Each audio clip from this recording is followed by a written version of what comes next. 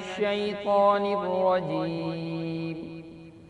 بسم الله الرحمن الرحيم الحمد لله رب العالمين الرحمن الرحيم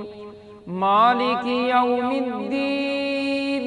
إياك نعبد وإياك نستعين اهدنا الصراط المستقيم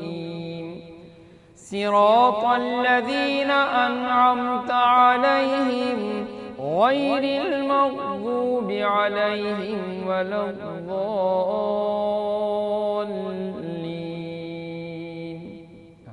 صدق اللہ العظیم. رب اشرح لی صدری ویسر لی امری واحلل عقدۃ من لسانی یفقہوا قولی. محترم ناظرین، آج رمضان المبارک کی دوسری تاریخ ہے. حافظ محمد رفیق پروگرام فہم القرآن کے ساتھ آپ کی خدمت میں حاضر ہے. آج انشاءاللہ ہم سورہ فاتحہ سے اپنے مطالعے کا آغاز کریں گے. آپ کو معلوم ہے کہ اللہ تعالیٰ کا یہ حکم ہے کہ فَإِذَا قَرَأْتَ الْقُرْآنَ فَاسْتَعِذْ بِاللَّهِ مِنَ الشَّيْطَانِ الرَّجِيمِ کہ جب بھی تم قرآن مجید کی تلاوت کرو، پڑھو، تو اللہ تعالیٰ کی حفاظت ضرور حاصل کر لیا کرو شیطان مردود کے شر سے. اس میں کوئی شک نہیں ہے کہ شیطان ہمارا بھی دشمن ہے، اور قرآن مجید کی دعوت کا بھی اصل دشمن شیطان ہے. وہ کبھی پسند نہیں کرتا کہ لوگ اللہ کے پیغام سے آگاہ ہوں، اللہ کی دعوت سے، اور اس کے لیے وسوسہ اندازی کرتا ہے، لوگوں کے ذہنوں کو خراب کرتا ہے، خود سمجھنے والے بھی اور دوسروں کو سمجھانے والوں میں. اس کے اندر تو فرمایا کہ جب انسان یہ دعا پڑھتا ہے اعوذ باللہ من الشیطان الرجیم، یہ دعا ہے جو ہمیں اللہ نے تلقین کی ہے کہ تم یہ دعا پڑھو، تمہیں اللہ تعالیٰ کا سہارا، اللہ کی پناہ، اللہ کی حفاظت حاصل ہو جائے گی، اور تمہارے دشمن کو اللہ تعالیٰ شکست دیں گے. آگے اسی کے ساتھ یہ ہے کہ جو لوگ اپنے آپ کو اللہ کے حوالے کرتے ہیں، جو قرآن مجید میں کافی مقامات پر یہ بات ہے کہ اللہ ولی الذین آمنوا یخرجہم من الظلمات الی النور والذین کفروا اولیاءہم الطاغوت یخرجونہم من النور الی الظلمات. جو لوگ اپنے آپ کو اللہ کے حوالے کرتے ہیں، اس کی حفاظت میں دیتے ہیں، اللہ ان کی حفاظت فرماتا ہے اور ان کے کو شیاطین کے شرور سے بچا کر وہ روشنی کی طرف لے کر آتا ہے. اس کے بعد بسم اللہ الرحمن الرحیم، یہ ہم قرآن مجید کی تلاوت کے ساتھ بھی اس کو پڑھتے ہیں، اور آپ نے فرمایا کہ ہر کام کا آغاز مسلمان بسم اللہ سے کرے. گویا کہ اس کے اندر ایک تنبیہ بھی ہے، ایک وارننگ بھی ہے کہ جب ہم بسم اللہ پڑھیں تو پھر ہماری نیتیں صحیح ہوں، ہمارے ارادے صحیح ہوں، ہمارے کام بھی صحیح ہوں، ہم کبھی منفی کام کا سوچیں ہی نہ. ظاہر بات ہے کہ یہ اپنے آپ کو بھی دھوکہ ہے اور اللہ تعالیٰ کو بھی دھوکہ دینے کی کوشش. اللہ کو کوئی دھوکہ نہیں دے سکتا ہے. اور اس کے اندر ہم اللہ تعالیٰ کی دو صفات کا ایک واسطہ دیتے ہیں کہ پروردگار میں یہ کام کرنے جا رہا ہوں، اس کے اندر جو بھی مجھ سے کمی کوتاہی ہے اس کی تو تلافی فرما دے، اور اللہ تعالیٰ واقعتاً اس کی برکت سے اس میں برکتیں عطا فرماتا ہے. سورۃ فاتحہ بسم اللہ بھی ایک دعا ہے جو بندہ مومن کو تلقین کی گئی ہے. اور اس کے بعد سورہ فاتحہ ہے، اس میں فرمایا کہ تمام تعریفیں اللہ رب العالمین کے لیے ہیں، جو تمام جہانوں کا رب ہے، پالنے والا ہے، جو بڑا مہربان ہمیشہ رحم کرنے والا ہے، جو جزا و سزا کے دن کا تنہا مالک ہے. صرف تیری ہی ہم عبادت کرتے ہیں اور صرف تجھی سے ہم مدد مانگتے ہیں. دکھا ہمیں سیدھا راستہ، ان لوگوں کا راستہ کہ جن پر تو نے انعام کیا، نہ غضب کیا گیا ان پر اور نہ ہی جو گمراہ ہوئے. تو یہ گویا کہ یوں سمجھیں کہ ایک پازیٹیو انسینٹیو ہے کہ جو لوگ اللہ کی ربوبیت اور رحمت کو دیکھتے ہیں وہ پھر اللہ کے شکر گزار بندے بن کر رہتے ہیں. اور ایک نیگیٹو انسینٹیو ہے کہ اگر تم نے کہیں کوئی کوتاہی اور اپنے حدود سے تجاوز کیا تو پھر اللہ تعالیٰ جزا و سزا کے دن کا مالک بھی، پھر اس کے فیصلے سے تمہیں کوئی بچانے والا نہیں ہے اللہ کی پکڑ سے بھی. اور یوں سمجھیں کہ پھر یہ جذبہ شکر جو ہے وہ ڈھل رہا ہے اللہ کی عبادت کے اندر، اللہ کی استعانت کے اندر کہ یا اللہ تجھے پہچان چکے، اب ہم تیرے بندے بن کر رہیں گے، ہر معاملے میں تیری بات کو مانیں گے اور ہر سلسلے میں تجھ سے مدد مانگیں گے، عبادت کے معاملے میں بھی، زندگی کے دوسرے معاملات کے اندر بھی. اور پھر یہ اصل دعا ہے کہ جس فرمایا کہ اہدنا الصراط المستقیم، اے اللہ ہمیں سیدھا راستہ دکھا، ہمیں صراط مستقیم دکھا، یعنی وہ شریعت، وہ دین جس کو اللہ کے پیارے پیغمبر لے کر آتے ہیں. اور حقیقت یہ ہے کہ یہ صراط مستقیم اللہ کے پیغمبروں کی رہنمائی کے بغیر حاصل نہیں ہو سکتی، وہی اسی کام پر مامور کیے گئے ہیں، اور گویا کہ ہم اللہ کی پیغمبروں کی رہنمائی میں ان کی بتائے ہوئے راستے کے مطابق جب ہم چلتے ہیں تو اللہ ہمیں سیدھا راستہ دکھاتے۔ پھر آگے اس کو کوالیفائی کیا جا رہا ہے کہ یا اللہ یہ راستہ صراط مستقیم کیا ہے، ایک مثبت طور پر کہ یہ ان لوگوں کا راستہ ہے کہ جن پر تو نے انعام کیا، انبیاء کرام، صدیقین، شہداء، صالحین، ہمیں وہ راستہ دکھا۔ محترم ناظرین، بریک کا وقت ہوا ہے، اس کے بعد ہم دوبارہ اپنے سلسلے کو جاری رکھیں گے۔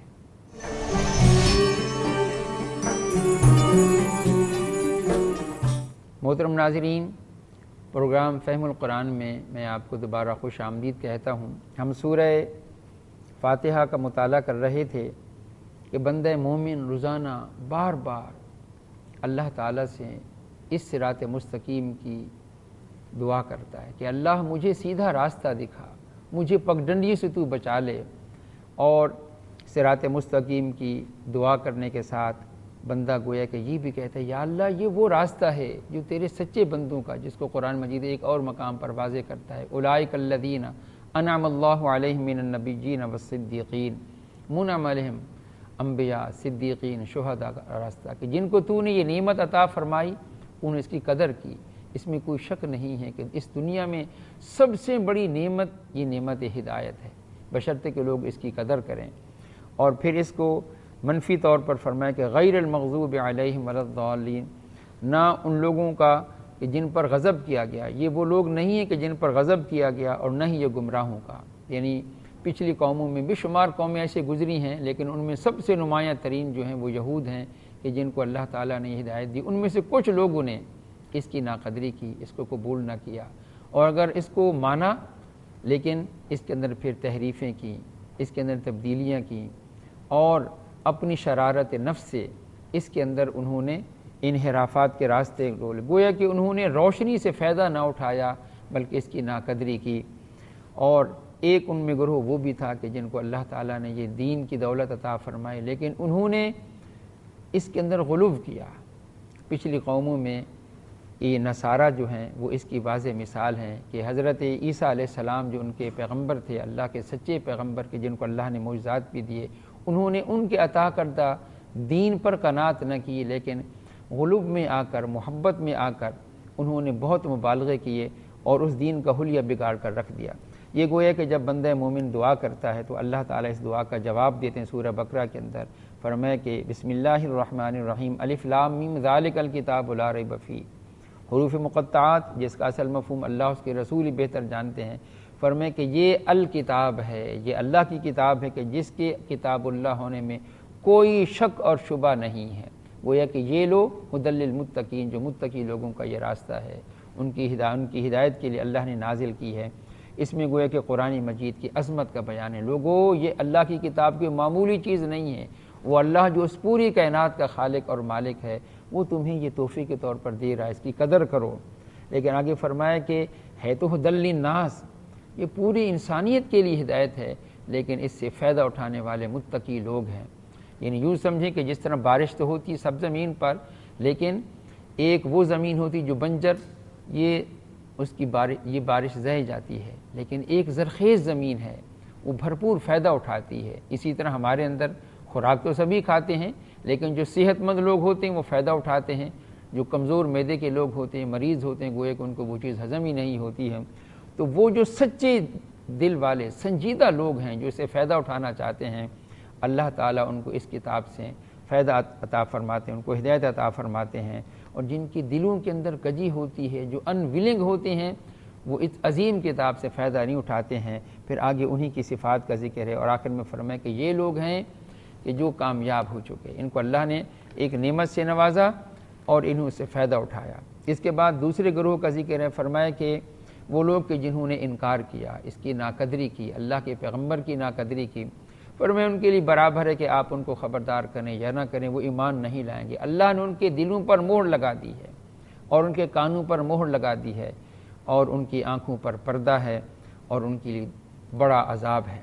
مراد یہ ہے کہ یہ لوگ سمجھ چکے تھے یہ پیغمبر بھی برحق، یہ قرآن بھی جو کچھ کہہ رہا ہے یہ ہمارے دل کی آواز ہے، لیکن بعض اوقات انسان کے مفادات اس پر حاوی ہو جاتے ہیں، حسد، تکبر اور دنیاوی چیزیں معلوم ہو تو اس کے لیے رکاوٹ بن جاتی ہیں، یہ بڑی آزمائشیں ہیں۔ تو فرمایا کہ یہ لوگ اتنی بڑی نعمت سے اپنے آپ کو محروم کرتے ہیں، اور اللہ ایسا بھی نہیں کرتا کہ ان کو فوری محروم کر دے، ان کو وقت دیتا ہے، ان کو مواقع دیتا ہے، اور ایک وقت وہ آتا ہے کہ جب انسان یہ طے کر لیتا ہے کہ اس کو میں نے قبول نہیں کرنا اپنی کسی دنیا کی غرض کے لیے، تو فرمایا کہ پھر اللہ مہر لگا دیتے ہیں، گویا کہ ان سے پھر توفیق چھین لیتے ہیں۔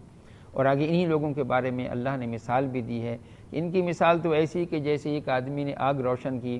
اور اس نے پھر پورے ماحول کو منور کر دیا، لیکن اللہ نے ان کی بینائی، ان کی روشنی چھین لی اور ان کو اندھیروں کے اندر چھوڑ دیا کہ اب یہ دیکھ نہیں سکتے ہیں، یعنی وہ روشنی تو موجود ہے لیکن ان کے دل سیاہ ہو چکے ہیں، ان کے دلوں پر مہر لگ چکی ہے۔ صم بکم عمي فهم لا يرجعون، یہ بہرے ہیں، یہ گونگے ہیں، یہ اندھے ہیں، اب یہ کبھی لوٹنا نہیں چاہتے ہیں۔ جب آدمی خود اپنے لیے راستہ ایک اور منتخب کر لے تو پھر اللہ بھی ان سے توفیق چھین لیتے ہیں۔ اور پھر تیسرے گروہ کا ذکر یہ ہے کہ بظاہر تو یہ دعویٰ کرتے ہیں لیکن حقیقت میں مخلص نہیں، ان کی ترجیحات کچھ اور ہیں، ان کے لیے بھی قرآن نے مثال دی ہے کہ ابھی بھی موقع ہے۔ محترم ناظرین، بریک کا وقت ہو گیا ہے، اس کے بعد ہم دوبارہ اپنے سلسلے کو جاری رکھیں گے۔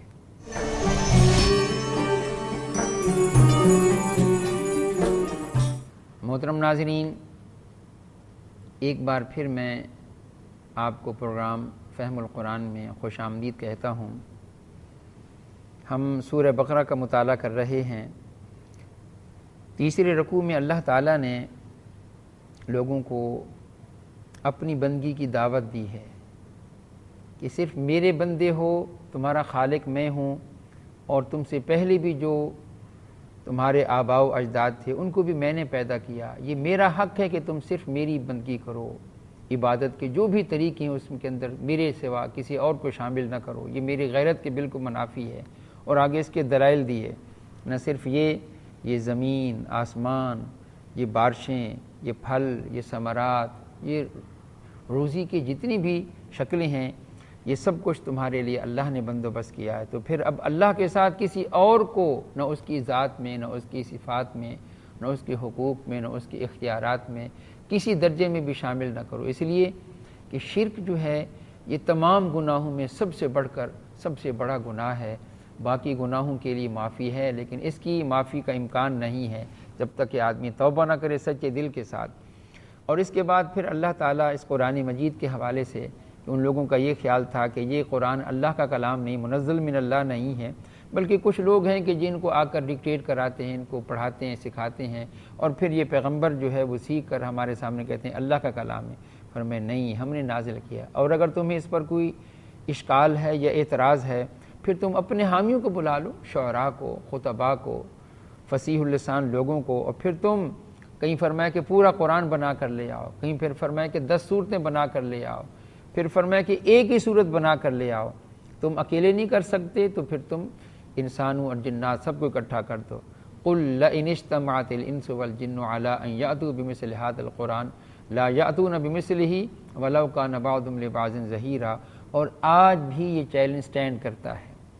کہ قرآن مجید وہی حروف، وہی الفاظ، وہی جملے، لیکن نہ آج تک کسی نے اس چیلنج کو میٹ کیا ہے اور نہ قیامت تک کوئی اس کا مقابلہ کر سکتا ہے۔ یہ گویا کہ قرآن مجید کی صداقت، یہ اللہ کے پیغمبر کی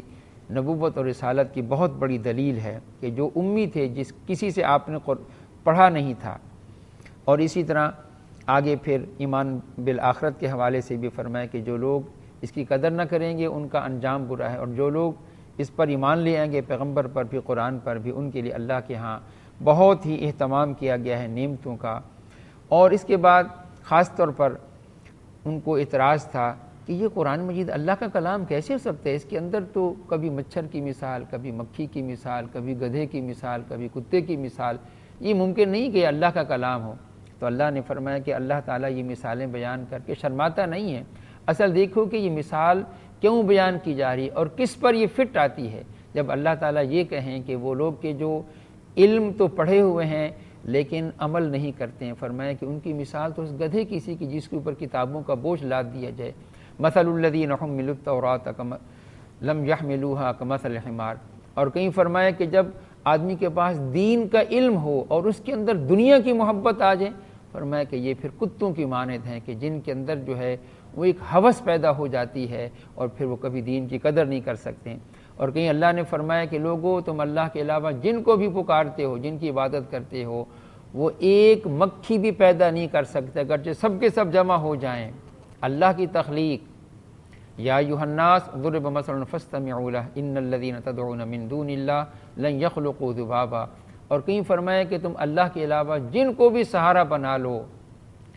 اللہ کے علاوہ جتنے بھی سہارے ہیں وہ ایسے ہیں کہ جیسے مکڑی کا جالا ہو۔ تو گویا کہ یہ مثالیں اللہ جب بیان کرتا ہے، لیکن وہ جھوٹ موٹ کا اعتراض کرتے تھے کہ یہ مثالیں اللہ کیوں دے سکتا ہے۔ اللہ نے فرمایا کہ یہ مثال دیکھو کس پر فٹ آ رہی ہے۔ اور پھر اسی طریقے سے خلافت کا ذکر، یہ فرمایا کہ یاد کرو جب اللہ نے فرمایا فرشتوں سے میں خلیفہ بنانے والا ہوں زمین کے اوپر۔ بہرحال ایک بحث تو بڑی لمبی ہے۔ تو خلافت کے اندر جو اہم ترین چیز ہے کہ اللہ نے ہمیں آزادی عطا فرمائی، اللہ نے ہمیں اختیار عطا فرمایا، اور وہ اس آزادی اور اختیار کے ساتھ اطاعت اس کو مطلوب ہے۔ اور یہ ایک بہت بڑی آزمائش ہے۔ ظاہر بات ہے کہ آزادی اور اختیار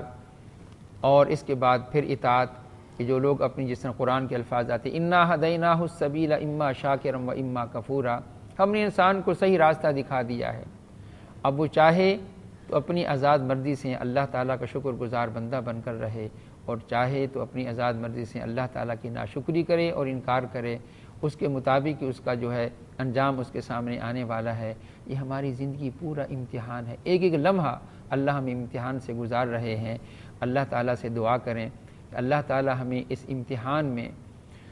کامیابی عطا فرما دے، اور جن حالات سے ہم گزر رہے ہیں اللہ تعالیٰ ہمارے ملک اور قوم پر بھی رحم فرمائے اور ہمیں سیدھے راستے کو اختیار کرنے کی توفیق عطا فرمائے۔ محترم ناظرین، آج ہم نے سورہ بقرہ کی کچھ حصے کا مطالعہ کیا ہے، اور اس میں جو بھی اللہ کی رہنمائی ہمارے سامنے آئی ہے، خواہ وہ توحید کا مسئلہ ہو، رسالت کا مسئلہ ہو، ایمان بالآخرت کا معاملہ ہو، اور پھر جو وہ خلافت کہ جو ہمارے لیے ایک بہت بڑی آزمائش ہے کہ اللہ ہمیں آزما رہے ہیں، اللہ تعالی ہمیں اس میں کامیابی عطا فرما دے۔ محترم ناظرین، آج ہم اسی پر اکتفا کرتے ہیں، کل دوبارہ ہم اسی وقت دوبارہ ملاقات کریں گے۔ اللہ تعالی ہمارا حامی اور ناصر ہو۔